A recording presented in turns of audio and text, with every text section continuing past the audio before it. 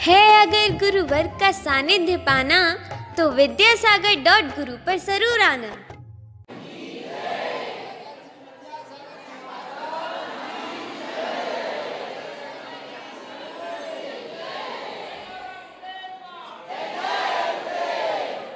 कल हमने संकेत दिया था महाराजों को, अब थोड़े बहुत ऊपर से भी यदि ढीला हो जाए तो आप दुकान खोल सकते हो। तो आज तो आप लोग 1 घंटे तक तो प्रसाद उड़ा रहे हैं, इसलिए तो हम भी सुनते रहे, लेकिन बाधा न हो इसलिए तो हम पीछे बैठ करके क्या क्या होता है। दुकान तब चलती है सेल्समैन अच्छे होते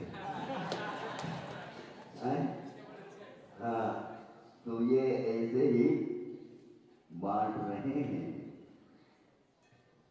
जब तक इस प्रकार प्रशिक्षण देने वाले नहीं होते तो सामने के लिए जो है लोग उसको स्वीकारते नहीं।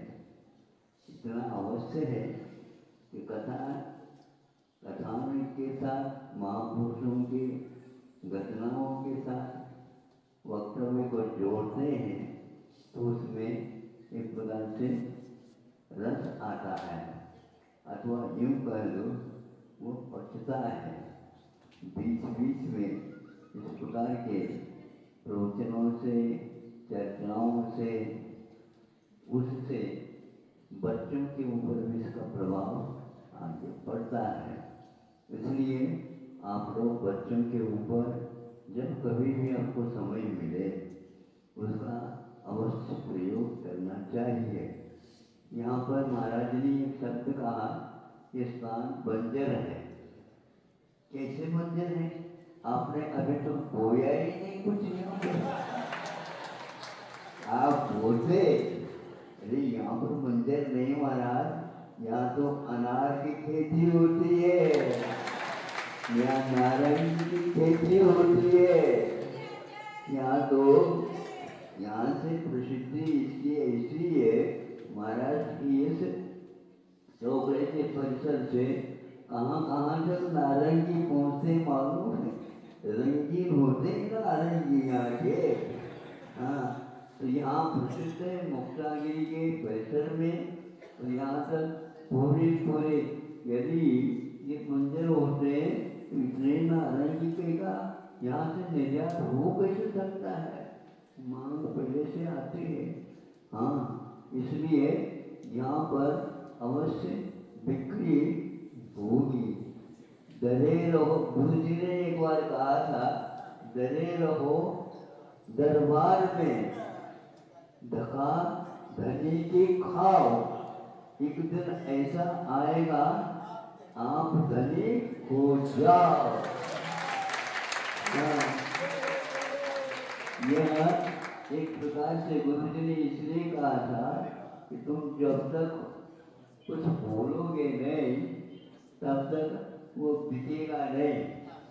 इसलिए बोलो, किंतु ऐसा बोलो जिसके द्वारा आवाज वृद्ध उससे प्रभावित हो जाए, उनकी रग रग में ये बात पहुंच जाए, क्योंकि यह जिनवानी की बात है। हम उसके जितने आलोड़न करेंगे उतना ही हमारे लिए लाभ है। इन दिनों में विशेष विदेशी कथाएं, विदेशी चर्चाएं, विदेशी उपन्यास, विदेशी ही सारे कविताएं, भजन आदि आए हैं, न उसकी सीम है न पूछ है। ये स्थिति है।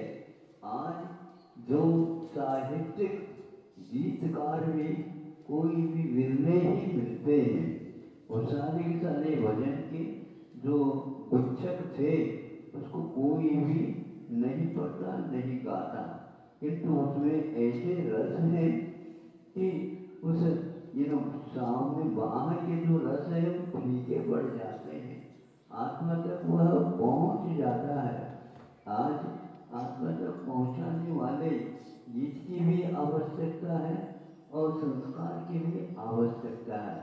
हमने सुना यहाँ पर कल कम से कम भी यहाँ पर आवेदन पत्र आए हैं, लगभग 200 से भी ज़्यादा आए हैं। आप सुनिए तो सही, ये 200 आवेदन पत्र, उन्हीं 650 उसमें पुरुषों के भी हैं और इसमें महिलाओं के भी हैं, उसमें युवाओं युवतियों के सभी के हैं। वो चाहते हैं कि हम स्वदेशी बने, हम परदेश की ही बात करते आए हैं और 250 वर्ष परदेशी बन करके रहे हैं, उसके परिणाम अभी भी जीवित है। उनको समाप्त करने के लिए सभी को तैयार होना पड़ेगा। तो उन जो आवेदन पत्रों को भी हमने सुना पढ़ा, ऐसा लगा कि यहाँ की जिज्ञासा बहुत तीव्र जिज्ञासा है। जिसको भूख नहीं लगती उसको भोजन नहीं कराना चाहिए।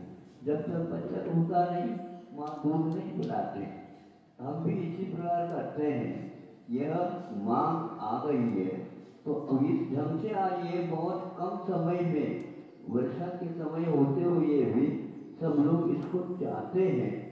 यह भारतीय एक प्रकार से कलाएं, भारतीय एक प्रकार से कार्य है जो कि वह स्वयं के लिए भी है और पर के लिए भी है। जो यहाँ आप लोगों को रोजगार नहीं मिल रहा है, यह आप लोगों की कोई गलती नहीं। जो क्या क्या थे यहाँ पर भारत में और उनका क्या क्या प्रभाव रहा विदेशों तक, तो उसका पूरा का पूरा आपको इतिहास के माध्यम से ज्ञान होता है। किंतु बच्चों को ये कहा जाता है इतिहास से हमारे जीवन में कोई विकास होता ही नहीं। तो फिर भी यदि इतिहास पढ़ना है तो देश विदेश के जितने भी हैं थोड़े थोड़े कर लेते हैं। प्रशासन की परीक्षाओं में भी इसकी जो गहराई है वो नहीं आ पा रही है। इसलिए आप लोगों से कहना है कि यहाँ किसी भी प्रकार के श्रम से डरना नहीं, बल्कि श्रम से देश कितना उन्नत था ये आप लोगों को ज्ञात हो जाएगा। थोड़ी सी भी आप मांग कर रहे हैं वो अच्छी नहीं, किंतु उससे भी ज़्यादा आपके पास योग्यता है।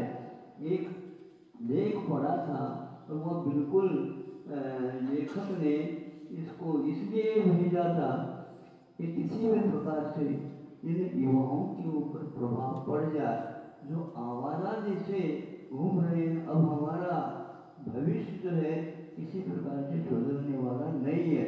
जो पैसा लगाया गया है अब वह वापस नहीं आने वाला, लेकिन ये गलत है। उसमें ये लिखा था कोई बीटेक था, कोई एमटेक था, कोई बीकॉम था, कोई एमकॉम था, कोई प्रबंधन वाला था, आदि आदि। और इतना ही नहीं, आगे वह अनुसंधान करने वाला भी था, जिसको आप लोग पीएचडी शोध प्रबंध बोलते हैं। ये सारे के सारे केवल 6-7 हजार के आवेदन से प्रभावित थे। ये 6-7 हजार तो यहाँ पर अभी जो आवेदन किए हैं इनके लिए शुरुआत से ही देना है कम से कम 300 रुपये, ताकि वे इसमें श्रम करें और स्पर्धा के साथ भी थोड़े से आगे दौड़ लगाते हैं तो इनके बाद कम से कम भी 10-20 हजार का वेतन अपने आप ही 1 महीने में आ सकता है और आ रहा है। इसको सुनकर के सभी लोग हैरान होंगे। हैरान होने की बात नहीं है। 5-6 महीने की भी कोई आवश्यकता नहीं, बस परिश्रम करेंगे आप, निश्चित रूप से उसमें निष्णात हो जाएंगे और दूसरे को भी समझाने की, दिखाने की, सिखाने की कला आपके पास आएगी। इस प्रकार प्रशिक्षित होकर के दूसरे को भी प्रशिक्षित करने का आप पुरुषार्थ करिए। निश्चित रूप से भारत बहुत जल्दी वह पुनः उठ करके खड़ा हो जाएगा। आप लोग खड़ा होना चाहते हो क्या नहीं? हाँ, तो दुनिया में बहुत दूर तक यहाँ की कलाएं पहुँचती थी और बाजार जो है इन सामानों से ही भरा हुआ रहता था। आप लोग भूल गए अथवा यूँ को प्रमाण के कारण आप लोगों को यही अच्छा लग रहा नहीं। इस प्रकार यदि हो जाएगा तो आबादी तो बढ़ती चली जाएगी आपकी, किंतु यहाँ पर योग्यता नहीं होने के कारण नहीं, किंतु उसका उपयोग नहीं होने के कारण यहाँ का चित्रण अतीत का जैसा था वैसा बन नहीं पाएगा। किंतु सरकार भी काफी इस दिशा में प्रयत्न कर रही है। ये आप लोगों का कर्तव्य है, उस बच्चे को संस्कार करो और निश्चित रूप से वो भागेगा और ऐसे भागेगा कि आपसे डर करके नहीं भागेगा, किंतु बांटने के लिए भागेगा। वो नहीं समझे, भारत से सब कुछ बंटता था, यहाँ पर यदि आता था तो केवल हीरा जौहरी वाली ना, मोती मानिक सोना चांदी यहाँ पर आता था। विदेशी लेखकों के द्वारा इतिहास में ये लिखा हुआ मिलता है। इसलिए आप लोग ऐसा नहीं कि बाजरा और क्यों आपने मक्का और यही आप बाजार में बेचते जाओ। ये जौहरी के बाजार हैं, यहाँ पर सोना चांदी के अलावा कुछ भी अच्छा नहीं लगता। आप लोगों को चाहिए उस बाजार को याद करो और यहाँ से वहाँ तक पहुँचा दो। गरीबों को आज थोड़ा थोड़ा पहुँच रहा है, लेकिन आप लोग उधर से ही जो खरीदना चाहते हैं यह भारत की परंपरा है ही नहीं है। इसलिए पहले आप लोग क्या करो, रोटी न मांगो। सुन रहे हैं? रोटी न मांगो, रोटी बनाना सीखो। रोटी न बनाओ, रोटी बनाना सीखो। खिलाओ फिर खाओ। ये अधिक विभाग है, ये आपका कर्तव्य है। कभी भी यूं नहीं करेंगे। क्या करेंगे? महाराज के हाथ नीचे है और आप लोगों के हाथ बोलो ऊपर है, लेकिन ऊपर का हाथ कपड़ा होता। कहीं महाराज बैठ न जाए, बैठे हुए महाराज चले न जाए, अंतराय न हो जाए हमारे। इस प्रकार का आतिथ्य यहाँ का था, उसको आप लोग जीवित रखेंगे। और यही है, जो व्यक्ति भूखा है उसको पहले खिलाओ, फिर बाद में आप खाओ।